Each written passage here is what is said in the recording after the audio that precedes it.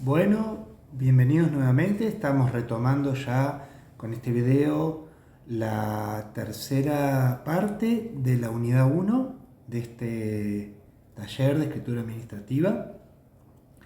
Estábamos viendo hace un momento lo que era el organigrama, la estructura del Estado, cómo funcionaba esa estructura real dentro de la composición de lo que es la estructura formal e informal, para poder entendernos también un poco cómo funciona en definitiva la forma en la que esa dinámica humana se atraviesa, se deja atravesar por la cuestión formal, pero que no es solamente la cuestión formal lo que funciona en el día a día de la cotidianidad de que podamos o no obtener algún logro con esa elaboración de esos documentos administrativos que son parte de un sistema que es el sistema público administrativo y en el cual todos como ciudadanos funcionamos pidiendo soluciones o pidiendo peticiones o queriendo poder resolver algunas cuestiones que tienen que ver con la vida de todos los días en la cual el Estado interviene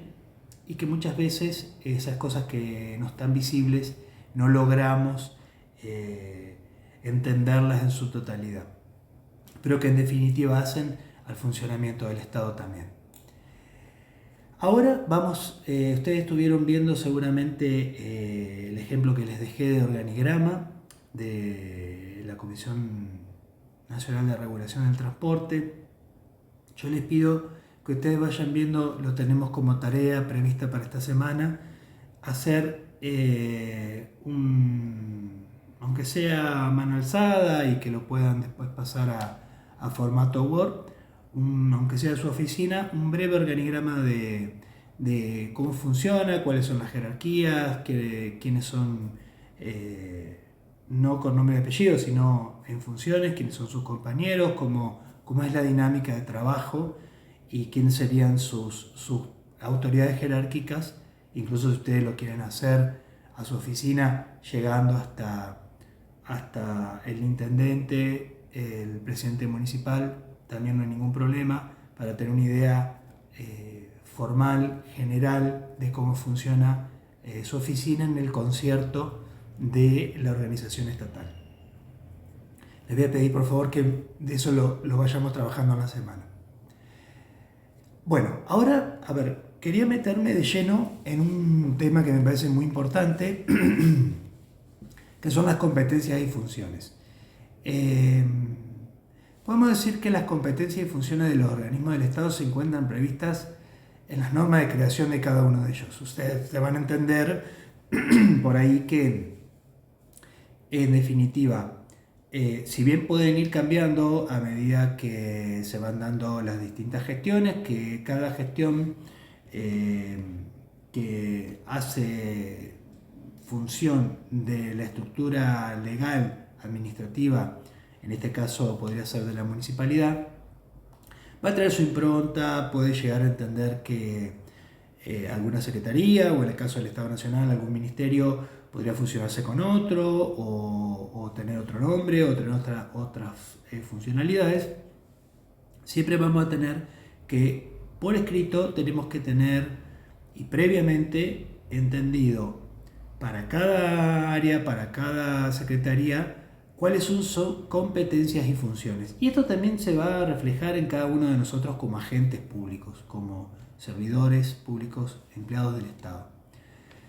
Las competencias y funciones de los organismos del Estado y de cada uno de nosotros como agentes se encuentran previstas en las normas, ¿sí?, de creación de cada uno de ellos, por ejemplo en la creación de una nueva secretaría o si ya hay una secretaría que está creada en su norma de creación, o en las normas que aprueban su estructura organizativa. Es decir, también puede pasar que una secretaría quiera reformular jefaturas de departamento, direcciones, subsecretarías, etc. Y a esa misma reformulación de la estructura organizativa, que es lo que yo les digo que es el organigrama, o se refleja en la gráfica del organigrama, asignarle, establecerle distintas competencias y funciones. En cada una de estas normas se establecen las responsabilidades primarias del organismo que corresponda como así también sus objetivos, ¿sí? Generalmente tenemos como una especie de especificidad, esto lo van a ver mejor en el procedimiento administrativo, si hacen el curso, o si lo pueden ir investigando también de parte de lo que es su propio lugar de trabajo, cómo funciona esa asignación o en qué consiste o qué es lo que está consignado por escrito respecto de cuáles son esas responsabilidades primarias y también qué objetivos o vendría a ser cuál es la idea de procesos que nosotros queremos llevar a buen puerto con la creación de esa secretaría o de esa subsecretaría o de esa dirección general. O sea, cuál es el sentido, la razón de ser, los objetivos, entre comillas. Digo objetivos porque pueden ser procesos generalmente. Nunca vamos a llegar en definitiva a cumplir con todo, ni siquiera a lo largo de los años. Siempre se va reformulando. Pero en definitiva es la razón de ser, el sentido de esa oficina. En función de ello, para tener un acabado conocimiento de las competencias y funciones de un organismo en particular, es necesario consultar la respectiva norma de aprobación de la estructura. ¿Qué les quiero decir con esto? En definitiva, para saber cuáles son nuestras competencias y funciones, nosotros tenemos que ir a la norma de creación de esa estructura y ver específicamente su responsabilidad primaria y cuáles son sus objetivos. ¿Y esto qué significa? Que viendo específicamente lo que la norma nos ha asignado como competencias y funciones, vamos a entender qué es lo que podemos hacer y qué es lo que no. Les doy el ejemplo en este caso de Nación, del Estado Nacional. La norma madre es la ley de ministerios, en este caso una ley vieja, la 22.450, que establece la nómina de Ministerio y Secretaría de la Presidencia de la Nación y sus respectivas funciones. Esta norma ha sufrido innumerables modificaciones. Obviamente, como yo les digo, cada gestión va a venir y va a dar su impronta respecto de qué ministerio, qué secretaría, qué subsecretarías quiere potenciar, reformular, fusionar, etc. Bueno, entonces, a ver, en el caso del Estado Nacional, a partir del año 92 se dicta el decreto precedente, que es la norma que regula, en este caso también podemos decirlo para el Estado municipal, que sería un decreto que determina la estructura organizativa, ¿no? Como para saber esa estructura.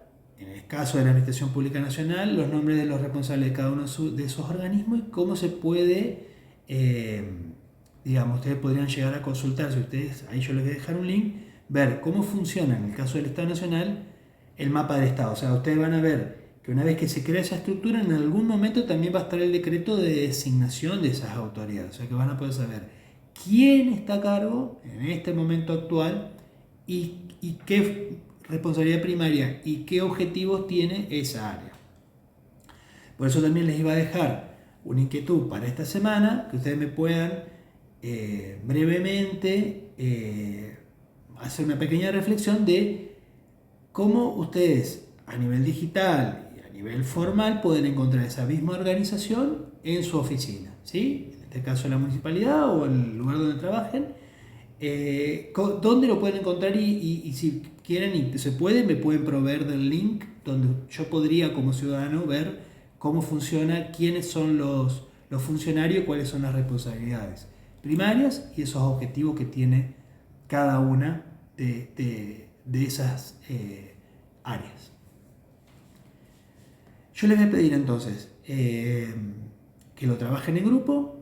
Sería la pregunta, ustedes lo van a ver en el PowerPoint, donde podemos encontrar las competencias y funciones de cada área en nuestra oficina en el municipio, y en el caso de que alguien sea de la provincia, también si quiere probarlo de la provincia. Entonces les voy a pedir elaborar y compartir brevemente las competencias y funciones de su área de trabajo, describa brevemente el organismo en el que revista, sus competencias, misiones, funciones y responsabilidad, ¿sí? Lo que ustedes alcancen a poder averiguar mediante la norma que lo reglamenta. Y por ahí que me respondan, hacer una reflexión en grupo de por qué y para qué desarrollamos a diario las funciones que nos asignan los superiores jerárquicos. Se los dejo como una reflexión que quisiera que ustedes me hagan una devolución.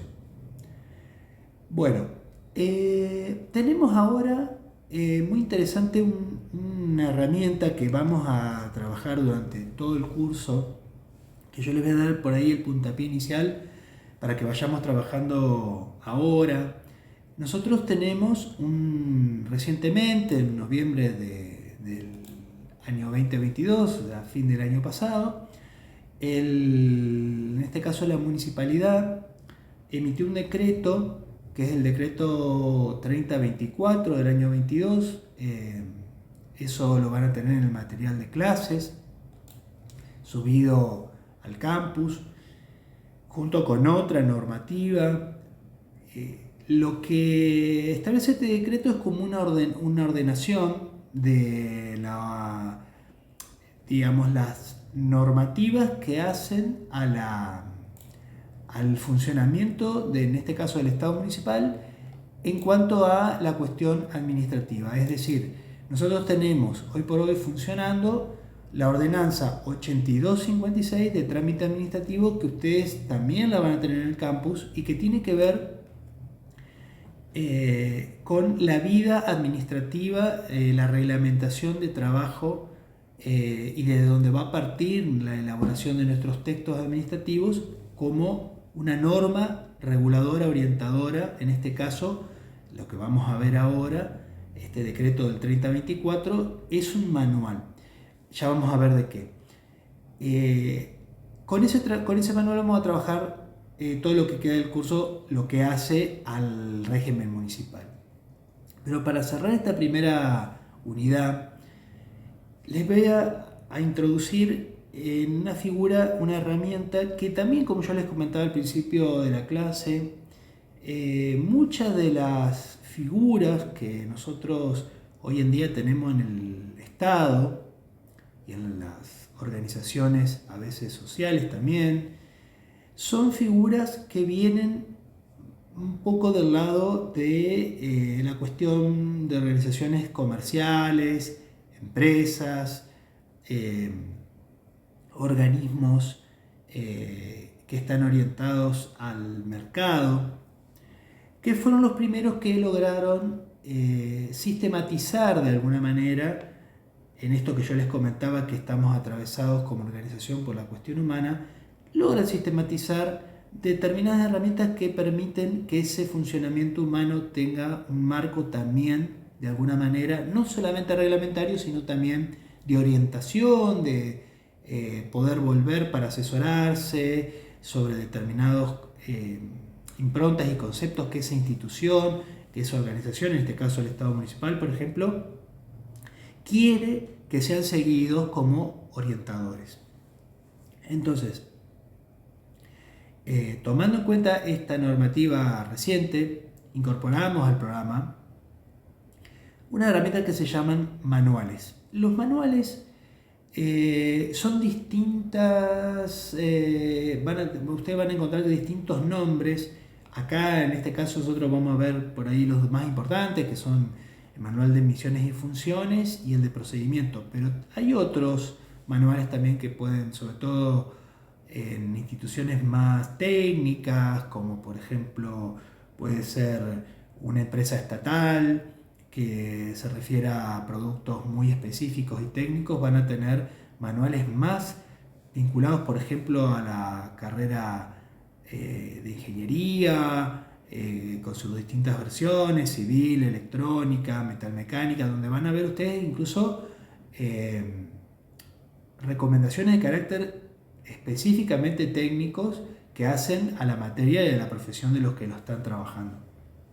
Pero en definitiva, para el Estado nacional o provincial o municipal, esos manuales, en este caso el decreto 3024 que vamos a ver nosotros ahora, u otros manuales, también dentro del Estado municipal, lo que tienen como orientación de herramienta denominada manual es que hace referencia, o podríamos conceptualizarlo, en este caso al manual de misiones y funciones, como un cuerpo sistemático que indica las funciones y actividades a ser cumplidas por los miembros de la organización. Es decir, nosotros ya como ser parte como empleado público, ser parte de la organización estatal, ya tenemos en definitiva como una orientación en ese manual, algo a lo que podemos recurrir y obviamente es obligatorio.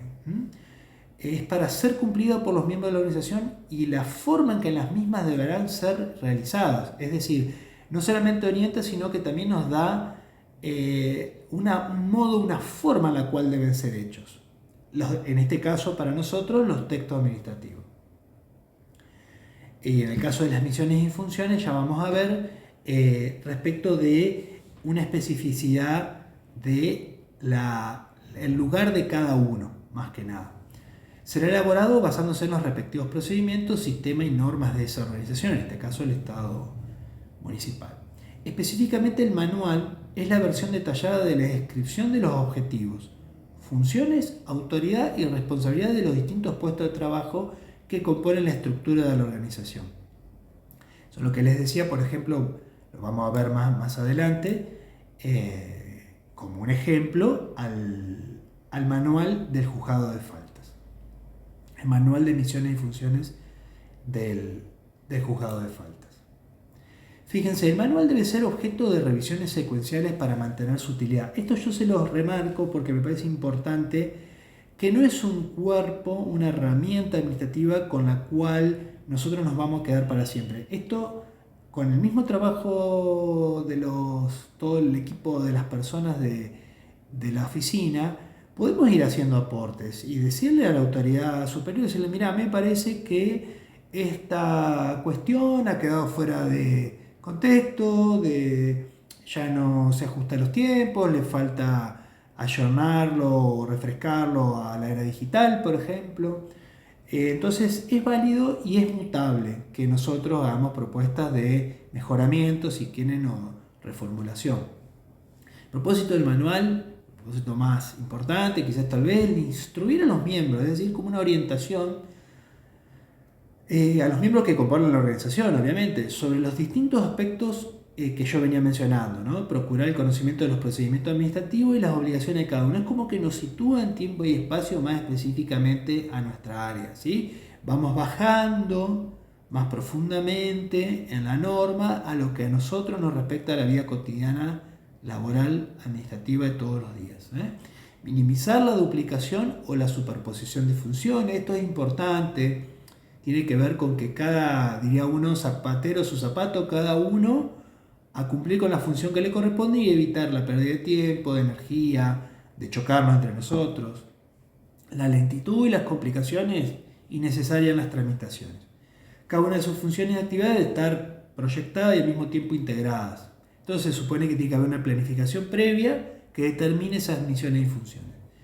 Bueno, este manual debe ser considerado como un instrumento dinámico, lo que yo les decía, sujeto a cambios que surgen de las necesidades propias de la organización, es decir, del trabajo cotidiano nuestro de cada día. Se van en esa prueba y error o aplicación del manual a la vida real, nosotros vamos viendo la funcionalidad y si efectivamente se desarrolla o despliega tal cual estaba pensado. Por cuanto debe ser flexible a los cambios, tanto los relacionados con el factor humano como el estructural. Les voy a contar algunos principios básicos que también lo van a tener en el PowerPoint. A cada jefe se le deben asignar responsabilidades precisas y claras, o sea, tienen que ser muy concretas. La responsabilidad debe llevar siempre aparejada a la autoridad correspondiente, es decir, tenemos que tener la autorización para ejercer esa autoridad, es decir, estar debidamente conformada en la estructura normativa. Debe ser delegada toda autoridad que pueda ser desempeñada de forma segura y adecuada por un jefe o empleado de menor jerarquía. Cuando hablamos de menor jerarquía significa en el organigrama, es decir, que un jefe pueda delegar permite que todo funcione mucho más fluido. La responsabilidad del subordinado hacia su superior por la autoridad recibida mediante la delegación es absoluta y ningún superior puede eludir la responsabilidad por las actividades subordinadas. Esto también implica que si hay una delegación, el superior de la persona que está actuando en su nombre también se hace responsable, no es que deja librado al azar esa cuestión. Bueno, estas son algunas de los principios básicos, ustedes los van a poder seguir en el PowerPoint. Les quería comentar las limitaciones de los manuales. Existe un costo en su redacción y confección. Esto quiere decir que realmente un manual es una elaboración muy interesante, pero que lleva tiempo, que lleva costo, que lleva toda una energía ponerlo a disposición de la oficina. No es que lo vamos a encontrar lo mismo que una norma, no es que lo vamos a encontrar o va a quedar estático en el tiempo, sino que requiere un esfuerzo de un equipo de trabajo para ponerlo a disposición. Lo que les decía antes, exige una permanente actualización de ese texto, no incorpora los elementos propios de la organización informal que yo les comentaba al principio de la clase, es decir, ahí no vamos a ver todas las situaciones, sobre todo las informales, las que tienen que ver con los valores, con la sinergia del trabajo en grupo del equipo, de la oficina. Su utilidad se ve limitada o es nula cuando la organización se compone de un número reducido de personas y por lo tanto es como que, digamos, un manual y función de misiones y funciones es útil sobre todo cuando tiene que abarcar un amplio espectro, ¿sí? Y en este caso, si fuera una oficina muy reducida, eso sería como una cosa superflua, dado que se puede entender en un grupo menor, básicamente sin necesidad de un manual. Un poco las limitaciones para que ustedes las tengan en cuenta. Bueno, el manual de procedimientos es el documento que contiene la descripción. Ahora pasamos al decreto 3024, que es con el que vamos a trabajar. O sea, vamos a trabajar o vamos a ir y venir a lo largo de lo que resta del curso y quizás tal vez una de las normativas más interesantes, ya les digo, es de reciente publicación y es con la cual nosotros nos vamos a poder orientar para el trabajo en los textos administrativos.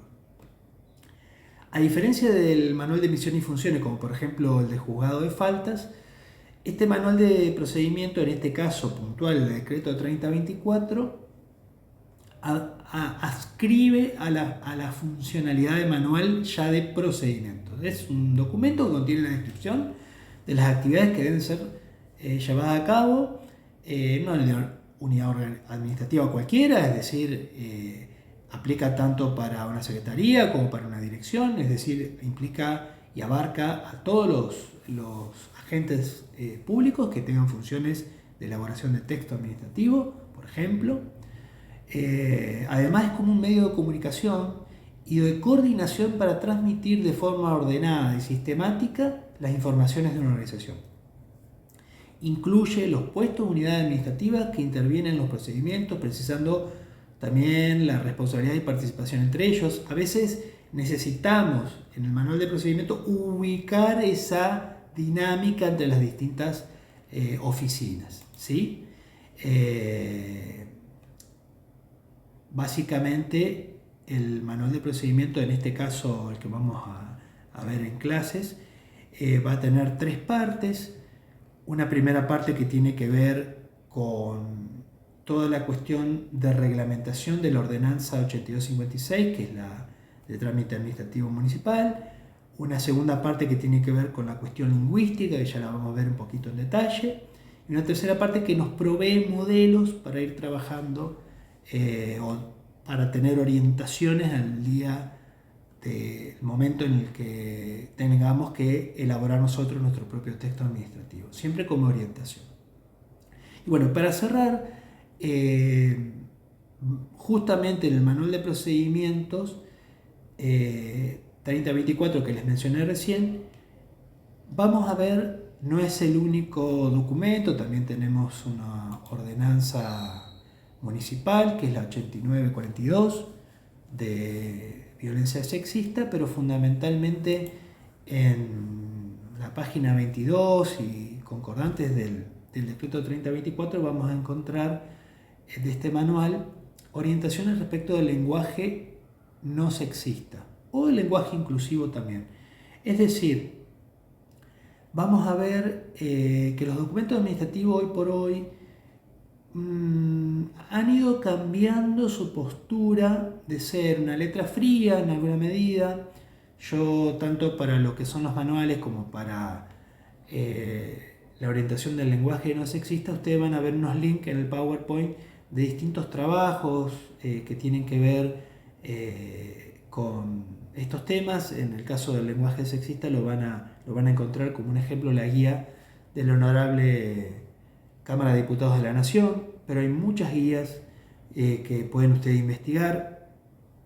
Nuestro Código Civil incluye, a partir de la reforma del 2015, cambios significativos que han impactado a favor de que la elaboración de texto administrativo, de las normas en general, y una postura, podríamos decir, de la administración pública respecto de la inclusión y el lenguaje no sexista como una aplicación explícita ya y no como la buena voluntad de algún que otro funcionario o funcionaria, sino como una idea de concepto de que la administración funcione desde un lugar inclusivo y no sexista. Entonces, los remito a que investiguen, ya les digo, ya les doy la página 22 de este manual de la municipalidad de procedimientos, el decreto 3024, orientaciones al respecto, pero les voy a dar algunas precisiones respecto de cómo se desempeña ese lenguaje dentro del contexto de la documentación administrativa. Esto implica que el lenguaje utilizado en disposición y documento no puede bajo ningún aspecto discriminar por motivos de género, ¿sí? Les dejo un ejemplo de lenguaje de documento cerrado y le quería cerrar con algunas recomendaciones que están incluidas en esta guía, que las van a ver reproducidas también en el manual que les comento. Fíjense, un lenguaje no excluyente permite crear referentes femeninos porque visibiliza a las mujeres, nombra correctamente tanto a varones como a mujeres y rompe estereotipos y neutraliza los prejuicios sexistas que afectan a unos y otros. Esta es, por ejemplo, un poco la idea del uso de este tipo, de modificar el lenguaje orientado a la inclusión y a la no discriminación. Evitar el uso de tratamiento de cortesía innecesario, en el caso de incluirlo, que se incluya, por ejemplo, el señor para varones, señora para mujeres, nunca se emplearán nombramientos que implican relaciones de dependencia o de subordinación. Se utilizarán, siempre que sea posible, las denominaciones de cargos, profesiones e instituciones en femenino, cuando corresponda, mediante el morfema de género o el artículo. Cuando uno sea en plural, se evitará la utilización del género masculino. Esto tiene que ver un poco con el concepto del patriarcado. Otro, por ejemplo, para finalizar, los documentos administrativos deben dirigirse a la ciudadanía con fórmulas que nombren específicamente a las mujeres cuando se conoce su género. Cuando se desconoce quién será la persona destinataria, serán fórmulas que engloben a ambos géneros, evitando el uso del masculino genérico. Básicamente esa es un poco la orientación para poder comprender o acercarnos en esta primera instancia al lenguaje inclusivo en los textos administrativos y sobre todo no discriminativo y no sexista. Bueno, les dejo en el campus las tareas para esta semana, nos vemos al correo electrónico y la semana que viene iniciaremos con la unidad 2. Muchísimas gracias.